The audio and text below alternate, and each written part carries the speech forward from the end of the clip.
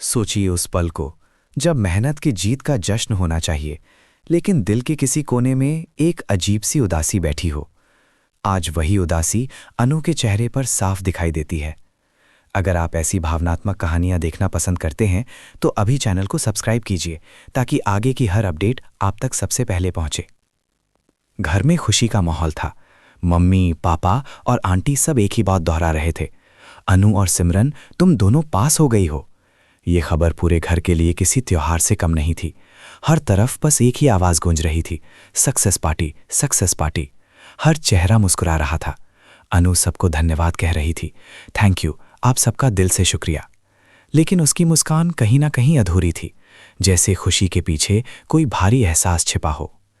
जब अनु बाहर से घर लौटी तो मन बहुत बोझिल था। दरवाज़ा खोलते ही वो ठिठक जाती है। पूरा घर सजा हुआ था, रंगीन लाइट्स, गुब्बारे, फूल, हर तरफ जश्न की तैयारी। वो धीरे धीरे पापा के पास जाती है और पूछती है, पापा, इतना सब करने की क्या ज़रूरत थी? उसके सवाल में शिकायत नहीं थी, बस थकान थी और बहुत सारी यादें। पापा प्यार से मुस्कुराते हैं, ज़रूरत क्यों नहीं थी बेटा, तुमने सिर्फ पास नहीं किया, तुमने हालातों से लड़कर जीत हासिल की है। उनकी आवाज़ भर आती है। वे कहते हैं, जब मेरी नौकरी गई, जब घर कर्ज में डूबा, तब तुमने जिम्मेदारी संभाली, पढ़ाई, नौकरी और घर सब एक साथ निभाया। अनु की आंखें नम हो जाती हैं। दुकान जल गई थी, हमें लगा सब खत्म हो गया, लेकिन तुम नहीं टूटी, तुमने हमें फिर खड़ा किया। माँ आगे बढ़ती है, अनु के सिर पर हाथ रखती है। आज कोई आंसू नहीं, आज सिर्फ खुश होना है। ये खुशी पूरी तरह तुम्हारी है। आंटी हंसते हुए कहती हैं, पहले केक कटेगा, फिर नाच गाना और पेट भरकर खाना। पूरा घर तालियों से गूंज उठता है, लेकिन अनु के दिल में अब भी एक सवाल अटका रहता है। वो अपने कमरे में जाती है। किताबें, सपने और थकान सब एक ही जगह रखे हैं। पुरानी डायरी खोलती है, हर पन्ने पर संघर्ष लिखा है।